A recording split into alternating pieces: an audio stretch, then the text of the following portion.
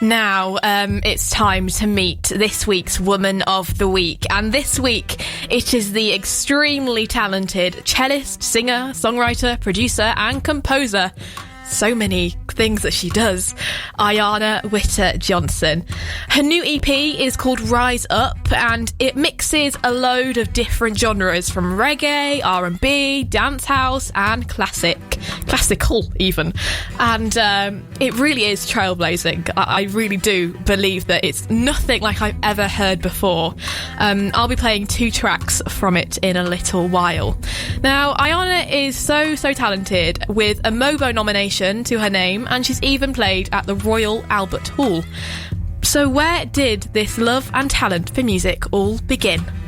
It's a good question, because there was always a foundation of music playing in the house.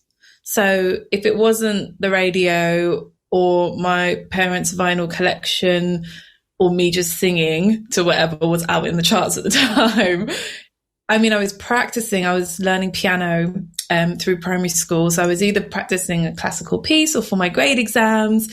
And then similarly, when I took up the cello, so there was either a lot of music making happening or listening, and then anyone in the house singing at any time. And the cello as well, was that something that came into your life pretty early, or did you kind of discover it?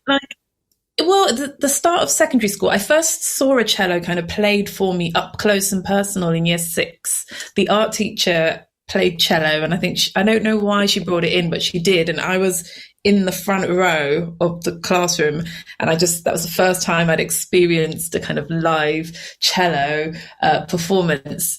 And then when I got to secondary school, I was pretty advanced at the piano, and my teacher just saw that I wasn't really getting much out of the music class. So he said, why don't you go and have a new instrumental lesson, and we'll continue with the group classes. So that's when the list of instruments went home, and I had to pick one of the ones that was there. And my mom was like, no brass, no woodwind, no drums. I was like, okay, that just leaves me with the strings. And I was like, the double bass seemed too big, and the violin seemed too small, and the viola didn't quite make sense to me, and I sort of lumped it in with the violin. So then the cello was left, and then I remembered, I guess in my subconscious, that experience of having had the cello played for me, and that, really kind of just made it make sense.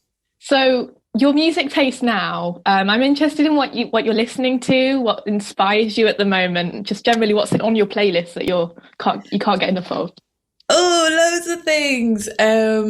I've had on repeat for quite a while Caroline Shaw's piece for string quartet called Entract. I love it. There's a lot of Brandy on my playlist, her new album B7. I love it. Hiatus Coyote. Those albums aren't new, but I kind of put them on when I need to just refresh my mind. Jill Scott always makes it through when I'm warming up my voice. I'll do my vocal exercises, and then I'll be like, cool. Jill on, singing along, just kind of warming up and just getting into a zone. Who else is on there? Sometimes I dip back to Alice Coltrane. She's got a beautiful piece called Turiya and Ramakrishna. Amazing. It's this gorgeous loop that goes round and round, and it's an amazing piece. I tend to go into old favorites and then just do a kind of search, what's happening, what's going on out there. It sounds very eclectic, and I feel like you've given me a lot of names there to go and check out, because a lot of them I didn't know of. So. Oh, that's great. Yeah, I love that. And it is, you're right, I do tend to listen to lots of different genres throughout the day. Every day there'll be multiple genres: classical, gospel, reggae, R&B. It's all kind of doing this, which is lovely. I feel like also, we'll talk about it a little bit later, but also the mix of genres that you make possibly kind of feeds into that, and I can kind of see the mirror image between the two. Yeah. And because I think grown up that way, always having an appreciation for different styles. And especially when I got to music college and started to study composition at Trinity Laban, that really kind of pushed my ears open. And so that kind of, I feel comfortable in that space, enjoying different influences and different stories, really. Mm-hmm. Tell me about the woman in music that you've chosen, Nina Simone, a song called Baltimore. Tell me about that and why you've chosen that song. Nina is someone who, from the beginning of me understanding that I had a kind of aptitude for performing and singing and playing, she was maybe one of the only artists that really embodied my journey, or it felt like my journey, that classical piano training and then sort of conservatoire training, and then bringing her culture, right, you know, marrying her culture with that training. She kind of fully gave me that visual image, like this is something that you can most certainly do. And not only that, like she just aesthetically had her natural hair, like she was very much who she is. And one of the earliest songs I had written for voice and piano kind of had her vibe about it, really. It was definitely in my subconscious, like this is how I can express myself on the piano and with my voice.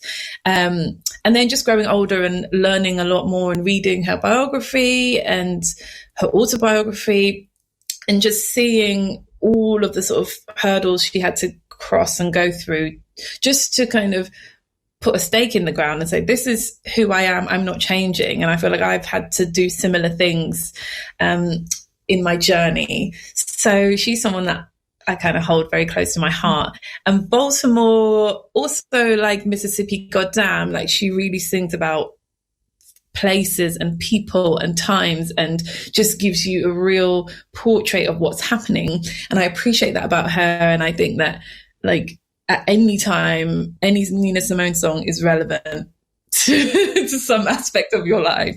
And I think Baltimore, it reminds me, I've not been to Baltimore, but also similarly like Stevie Wonder's Living for the City, there's songs that have characters and describe places that feel familiar because societies are the same, really. Like we are, you know, she may be in Baltimore, but we've had things similar here in London. So the translation of her stories are really universal.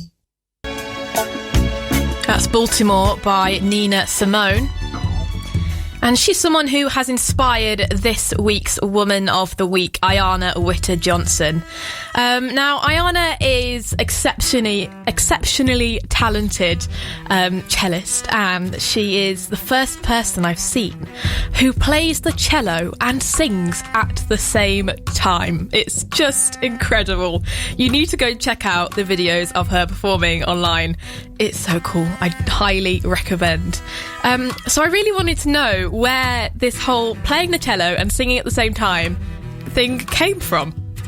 I was studying at Trinity Laban and I needed some money on the side. And there was a Caribbean restaurant around the corner on Trafalgar Road. And I said to her, would you be up for having some music while, you have your diners? I can sing and play piano. And she's like, oh, that sounds lovely, but I don't have a piano. So if you can bring something, feel free. And I was like, okay, not going to bring a piano every week, but I do have this cello. I'm pretty sure I can play some notes on it and accompany myself. So that was basically how it started. And then from then, I met people that had come to the restaurant, or they would say, oh, have you heard of so-and-so and so-and-so? And that's when I started to realize, there are other people that do this. But I can't even say that there were that many that I was aware of, but it did make me feel like, I'm in company. This is something, I can continue to do. And I'm glad I just sort of didn't turn down the opportunity in the first place because she didn't have the piano, and that I just said to myself, I'm sure, it will make sound and be fine. And your cello is called Ruben. I feel like I've already gained a special connection to Ruben just by listening to your music. He's there right next to you. I was wondering, is there a story behind the fact that he's called Ruben? Honest truth is, I went to a girls' school that was predominantly Jewish, and there was a boys' school not far away, and there was a Ruben at the boys' school. That's the nutshell.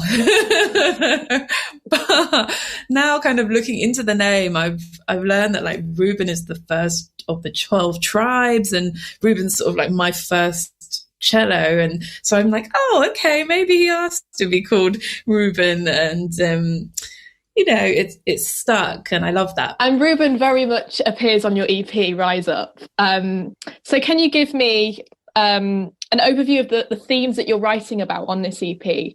Yeah, so I actually wrote Rise Up, the song, a little while back, and it's on my debut album Roadrunner that came out in 2019. And I wrote it really to remind myself and my Black Caribbean, specifically Jamaican community of just who we are in society, and our strength and our power and our beauty and our belonging in the world.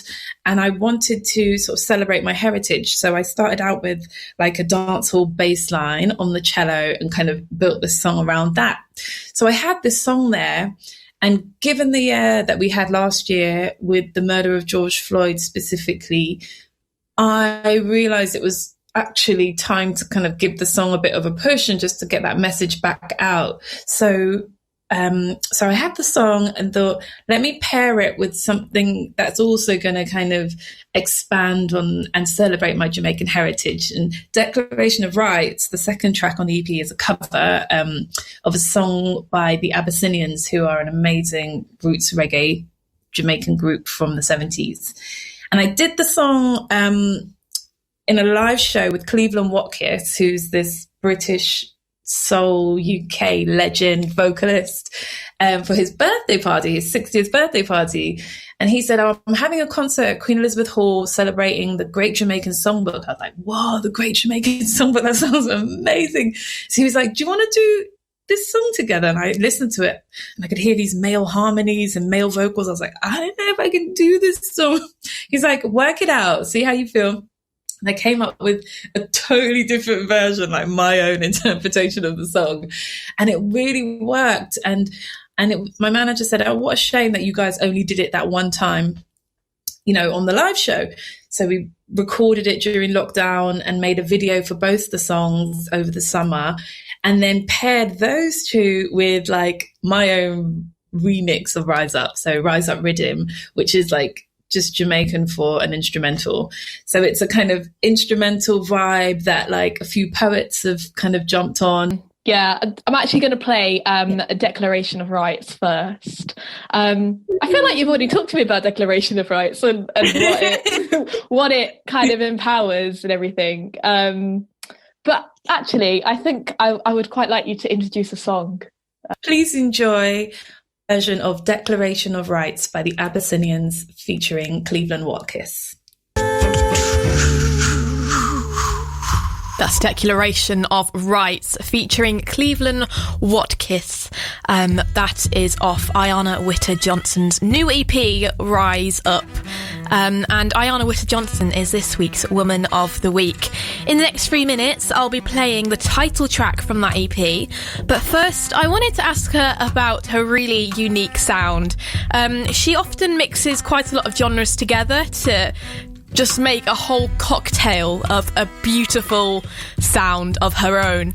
And I really wanted to ask her, how did she develop this?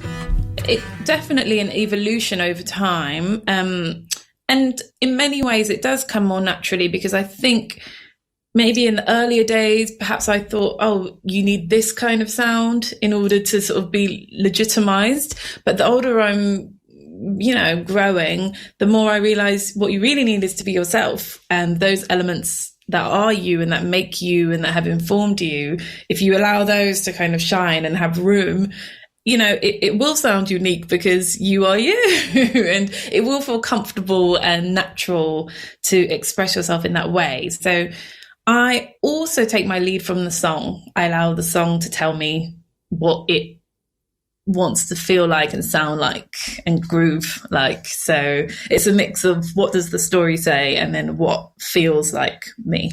What's to come from you this year? Have you got any plans for like a bigger body of work or singing 200%, live? Or 200%. I am working on my second album. I've got some singles that are going to be released between spring and summer. And I am also collaborating with some very special people, and that will also be coming out. So there's a lot of new music coming this year, which feels really freeing and refreshing. It feels like I'm flowing with ideas and just allowing them to be out in the world. And also I'm doing a lot of composing. I'm composing for a theatre show in Manchester and for some small orchestral ensembles, chamber ensembles, and just like all kinds of writing opportunities, which is really amazing for me and kind of gives me a chance to stretch my creative limbs and just stay excited about what I'm doing. It's so obvious you've had like such a varied and like successful career so far. You've achieved so much, but what is the highlight for you? What's been the cherry on top? Oh, so many wonderful moments. I think the point at which I released my debut album on my own label and really just kind of set this foundation and this bar for myself to kind of aspire to and be inspired by, that really solidified, just at least to myself, that yeah, I am an artist. This is my journey and I'm going to grow in all kinds of ways, but this is me.